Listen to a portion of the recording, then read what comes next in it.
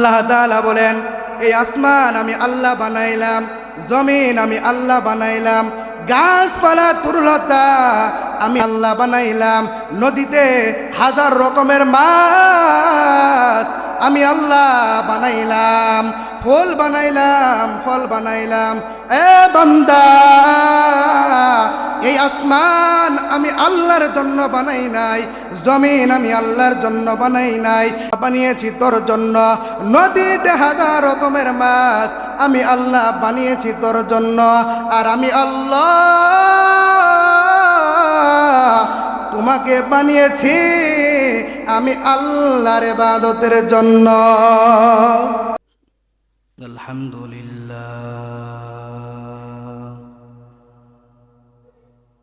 আলহামদুলিল্লাহিল আকরাম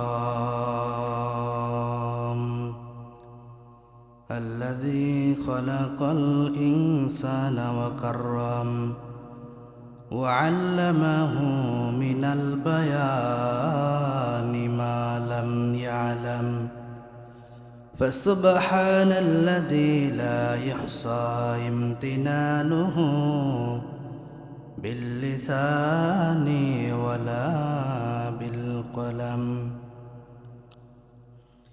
ونشهد أن لا إله إلا الله وحده لا شريك له ونشهد أن سيدنا وسندنا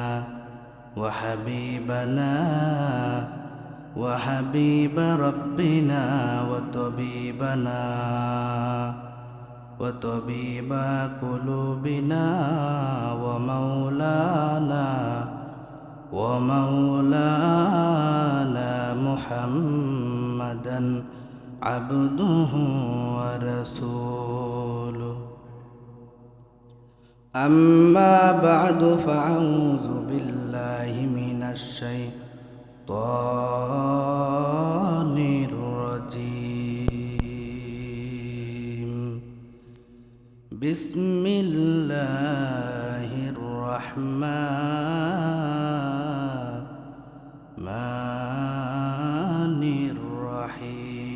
الرحيم وما خلقت الجن والإنس إلا ليعبدون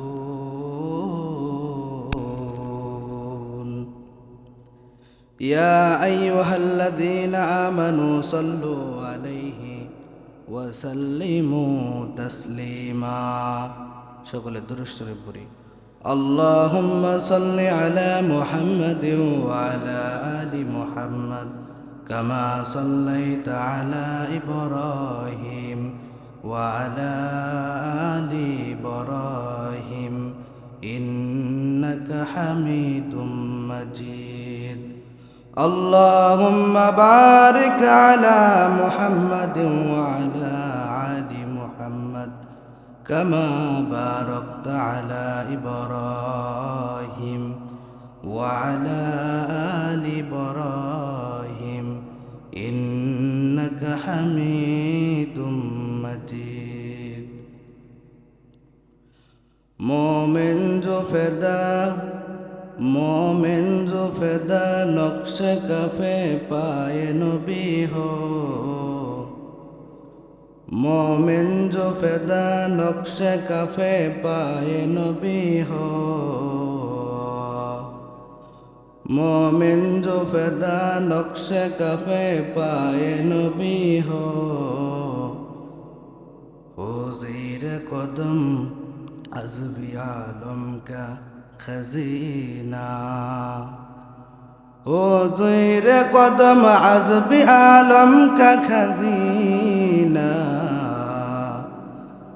ओ ज़ीर कदम अज़्ब आलम का खजीना ला इलाहा इल्लल्लाह ला इलाहा इल्लल्लाह ला इलाहा इल्लल्लाह ला इलाहा इल्लल्लाह লা ইলাহা ইল্লাল্লাহ লা ইলাহা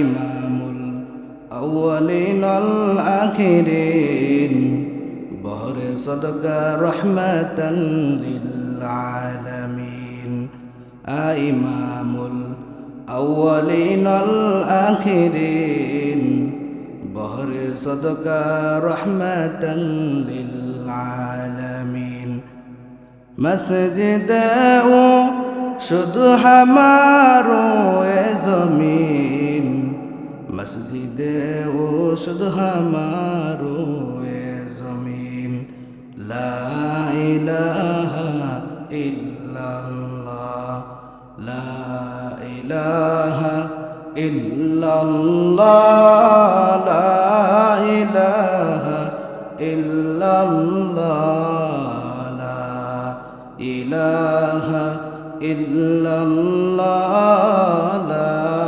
ইলাহা ইল্লাল্লাহ জোড়ে লা ইলাহা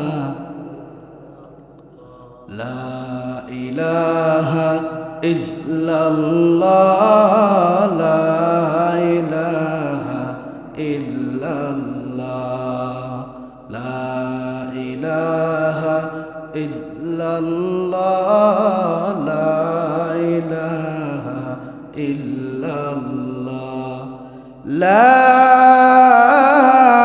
ইলাহা ইল্লাল্লাহ মুহাম্মাদুর রাসূলুল্লাহ সাল্লাল্লাহু আলাইহি ওয়াসাল্লাম। আলহামদুলিল্লাহ, মহান আল্লাহ তাআলার দরবারে লাখো কোটি শুকরিয়া যে মহান রব্বুল আলামিন পবিত্র জুমার দিন আমাদের সকলকে মসজিদে এসে বসার তৌফিক দান করেছেন।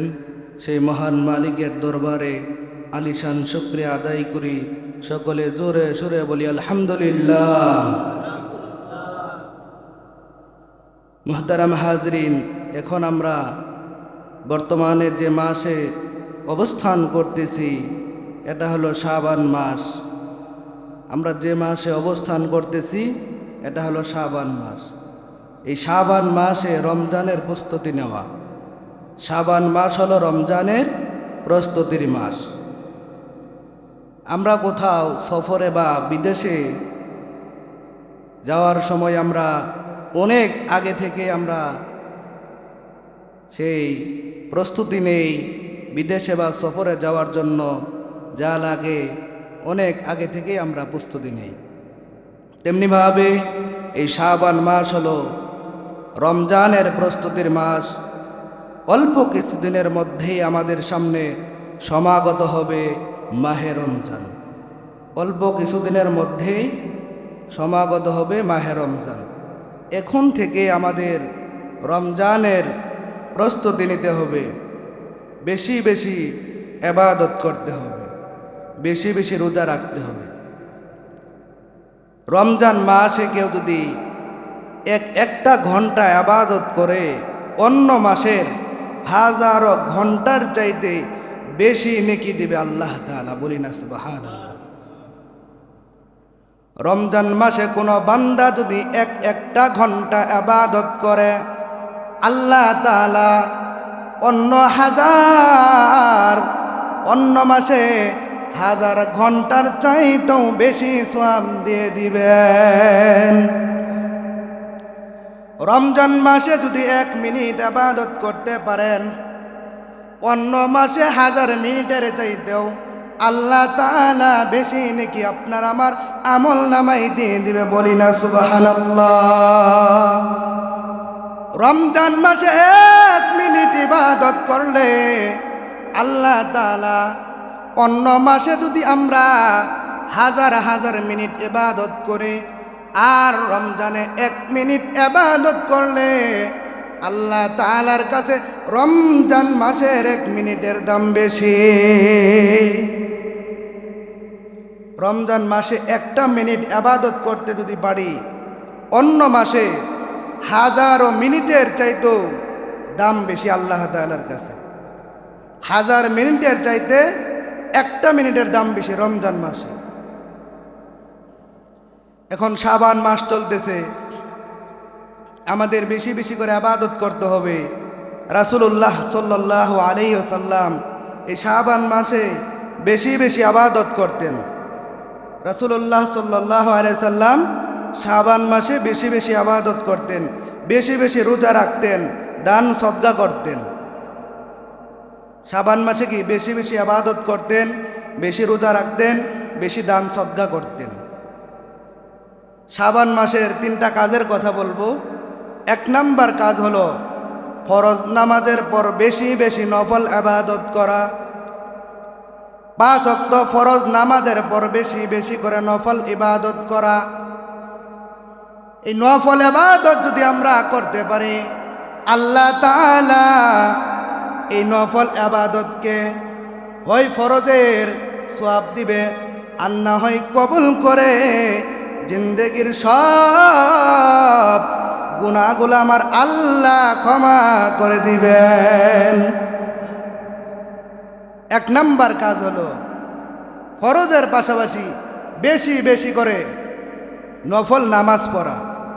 আল্লাহ পাক এই নফলকে কবুল করে এক হয় ফরজের সওয়াব দিবেন আর না হয় জিন্দেগির সব গুনাহগুলা ক্ষমা করে দেবে, বলি না সুবহানাল্লাহ। 2 নাম্বার বেশি বেশি রোজা রাখা। আল্লাহর পয়গম্বর নবী মুহাম্মদুর রাসূলুল্লাহ শাবান মাসে বেশি বেশি রোজা রাখতেন। রমজানের পর এই শাবানে বেশি বেশি রোজা রাখতেন, অন্য কোনো মাসে বেশি রোজা রাখতেন না। শাবানে যে পরিমাণ রোজা রাখতেন, এই শাবান মাসে বেশি বেশি করে রোজা রাখা, যাতে করে রমজানে রোজা রাখতে ইবাদত করতে কষ্ট না হয়। আমাদের মধ্যে এমন লোক আছেন জিন্দেগি শেষ পর্যায়ে চলে গেছে, অথচ শাবানের একটা রোজা জীবনেও রাখা হয় নাই। এরকম লোক আছে না নাই? জীবন শেষ হয়ে গেছে, বয়স শেষ হয়ে গেছে, জীবনের শুরু থেকে এই পর্যন্ত শাবান মাসের একটা রোজাও রাখা হয় নাই। আছে না নাই? এর জন্য শাবান মাসে বেশি বেশি ইবাদত করা, বেশি বেশি রোজা রাখা, যাতে করে আমাদের রমজানে ইবাদত করতে, রমজানের রোজা রাখতে কষ্ট না হয়। যেই ব্যক্তি শাবান মাসে বেশি বেশি করে রোজা রাখবে, আল্লাহ তাআলা তার পুরা জিন্দেগির সব গুনাহগুলা ক্ষমা করে দিবে। সুবহানাল্লাহ। শাবান মাসে যদি বেশি বেশি রোজা রাখতে পারি, আল্লাহ তাআলা জিন্দেগির পুরা সব গুনাহগুলা আমার আল্লাহ ক্ষমা করে দিবেন। 3 নাম্বার কাজ হলো এই শাবান মাসে যাকাত দিয়ে দেওয়া। যারা যাকাত দিবেন শাবান মাসে যাকাত দিয়ে দেওয়া। যারা বুদ্ধিমান, যারা জ্ঞানী, এই শাবান মাসে তারা যাকাত দিয়ে দেয়। কেন যাকাত দিবেন শাবান মাসে? একজন গরিব, তিনি তো যাকাত নেন, ধনী মানুষ তো যাকাত নেন না। এই গরিবকে 8 থেকে 10 ঘন্টা হাড় ভাঙা পরিশ্রম করতে হয় পরিবারের জন্য, নিজের জন্য।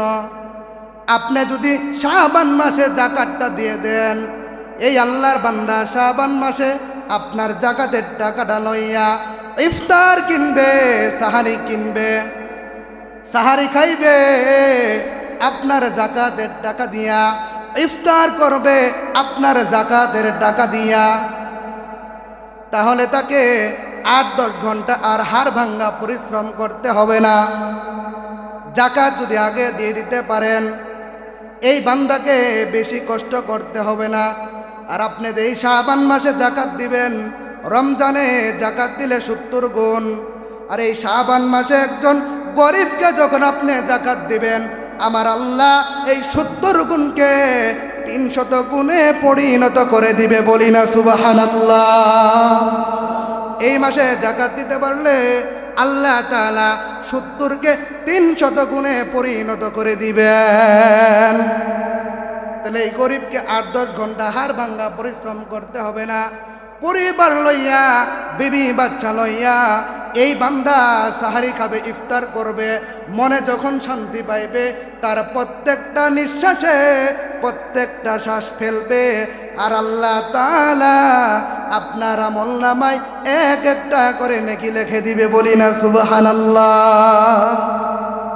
তাহলে এই শাবান মাসে আমাদের যাকাত দেওয়া দরকার।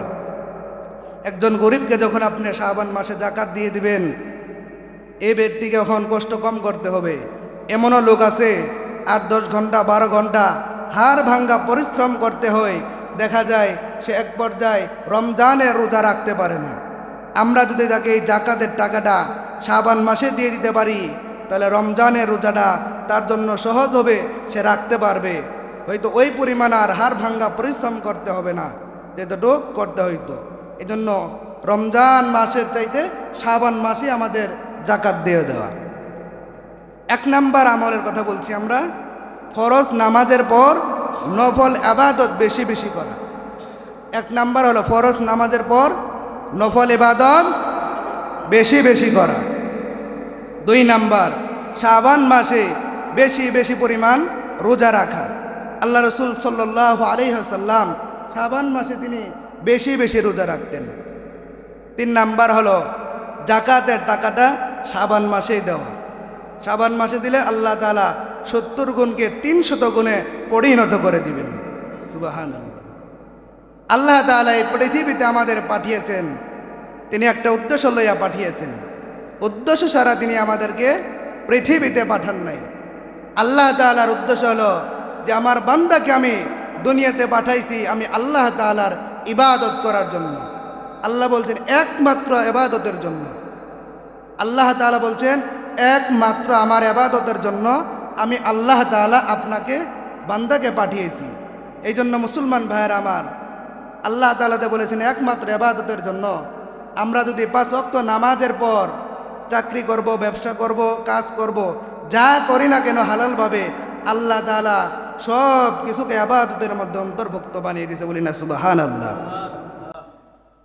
আল্লাহ তাআলা বলেন এই আসমান আমি আল্লাহ বানাইলাম, জমিন আমি আল্লাহ বানাইলাম, গাছপালা তরুলতা আমি আল্লাহ বানাইলাম, নদীতে 1000 রকমের মাছ আমি আল্লাহ বানাইলাম, ফুল বানাইলাম, ফল বানাইলাম। এ বান্দা, এই আসমান আমি আল্লাহর জন্য বানাই নাই, জমিন আমি আল্লাহর জন্য বানাই নাই, গাছপালা তরুলতা আমি আল্লাহর জন্য বানাই নাই, নদীতে 1000 রকমের মাছ আমি আল্লাহর জন্য বানাই নাই।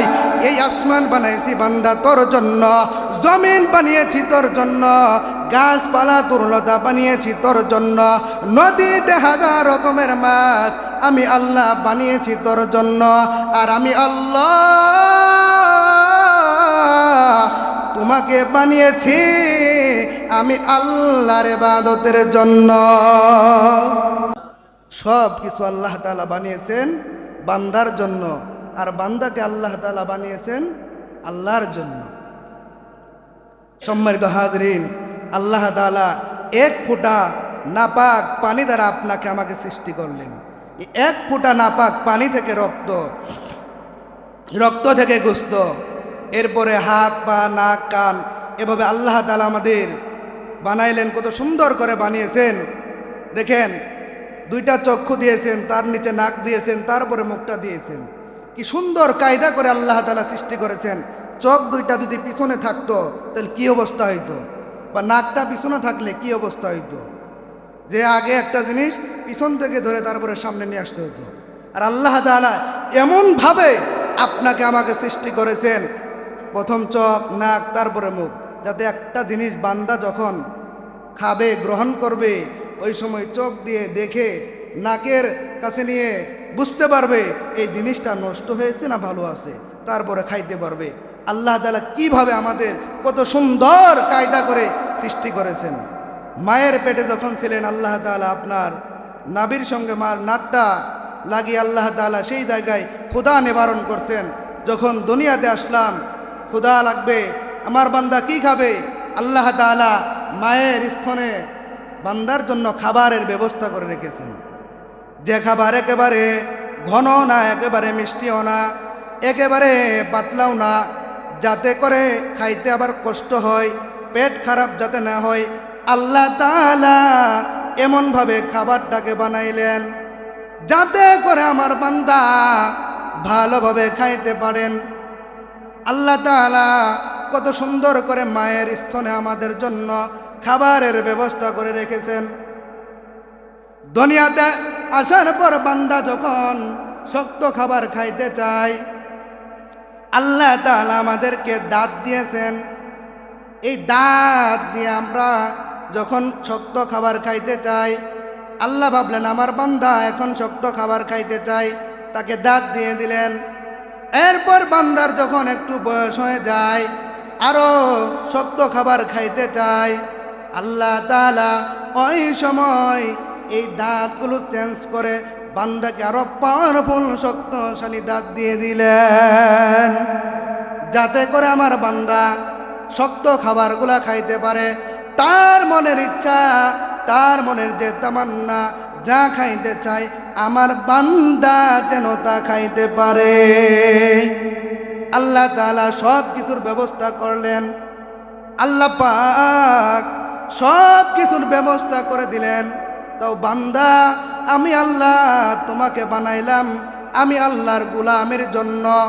এই বান্দা এখন আল্লাহর গোলামি না করে দুনিয়ার পিছনে পড়ে গেছি। ছোট্ট একটা ঘটনা বলবো যে দুনিয়ার পিছনে আমরা কিভাবে পড়ে যাই, কিভাবে আমরা দুনিয়ার পিছনে পড়ি। এক এলাকার মধ্যে একজন অনেক সুন্দরী মেয়ে ছিল।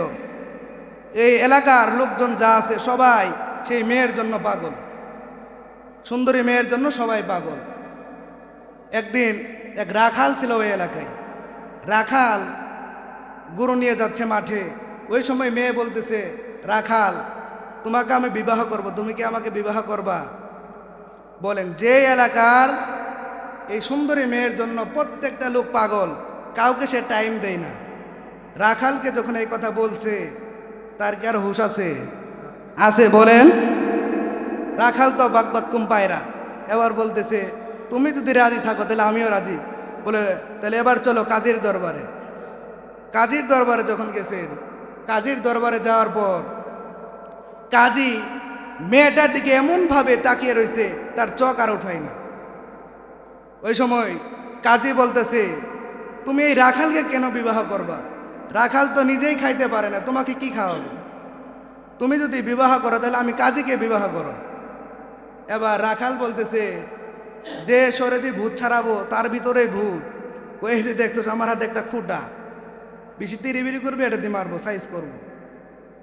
এবার মেয়েকে যখন জোর করতেছে যে আমার সাথেই তোমাকে বিবাহ করতে হবে, রাখাল আর দেরি করে নেই, অমনিতে তার পেটের ভিতরে একটা গুতা দিয়ে দিছে। এবার কাজী তো সরকারি মানুষ, আইনের দরবারে গেছে। আইনে থানাতে যাওয়ার পর মামলা দিবে যে রাখাল আমাকে পেটের ভিতরে তার খুঁটা দিয়ে গুতা দিয়েছে। তখন এই দারোগা অনেক চালাক ছিল। দারোগা বলতেছে যে আসলেও তোমাদের যে ঘটনাটা ঘটছে, তাহলে এই মেয়েকে আমার সামনে আগে হাজির করো।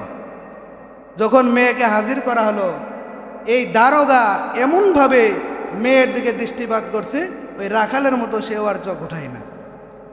ওই সময় রাখাল আর কাজী বলতেছে যে তুই আর আমি তো একই ন্যায়ের মাঝি, চল তাহলে দুইজন মিলে আগে দারোগাকে সাইজ করি।